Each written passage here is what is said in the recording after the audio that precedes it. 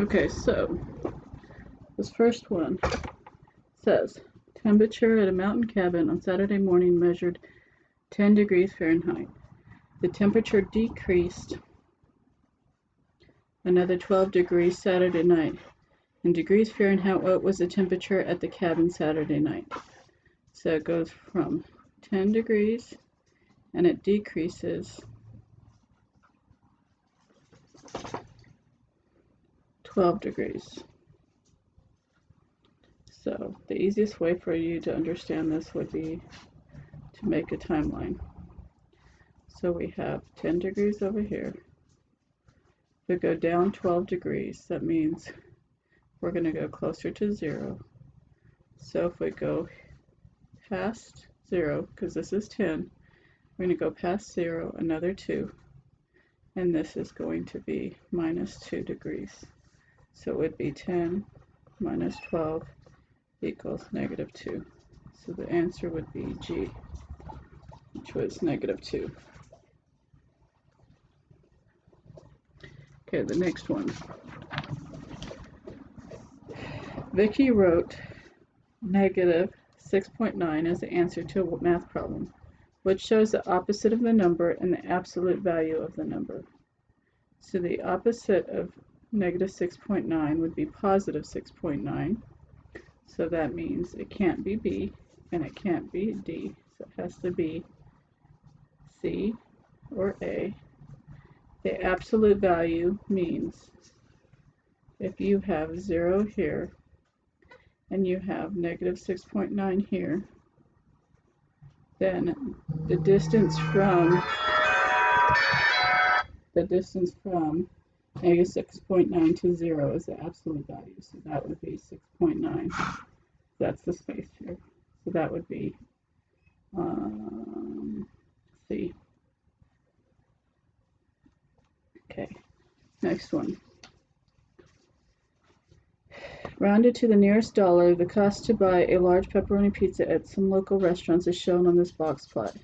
Based on the box plot, which statement is true? The mode of the data is $14.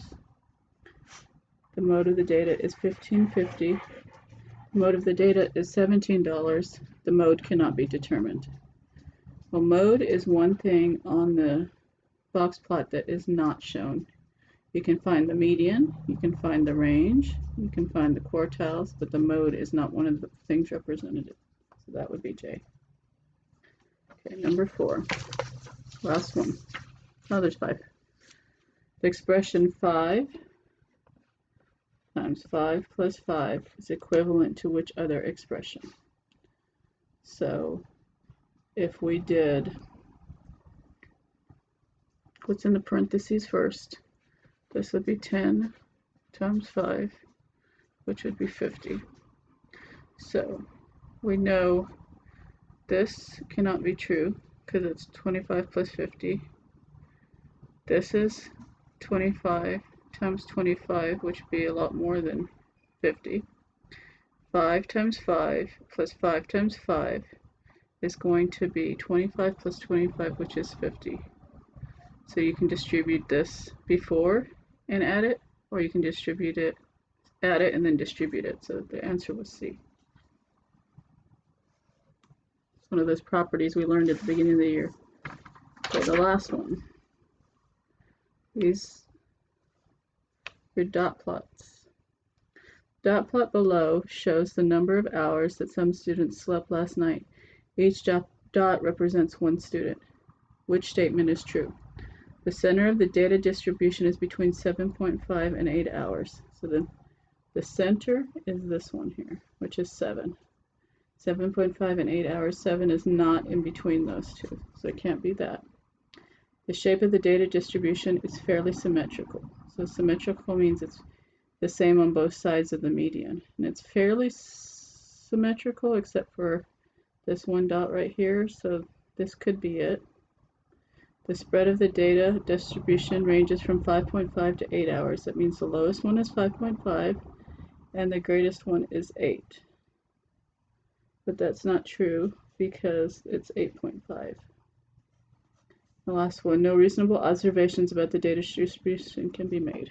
That's not true. We're going to go with the symmetrical one because it does look symmetrical. So those are your answers for the countdown. If you have any questions, let me know.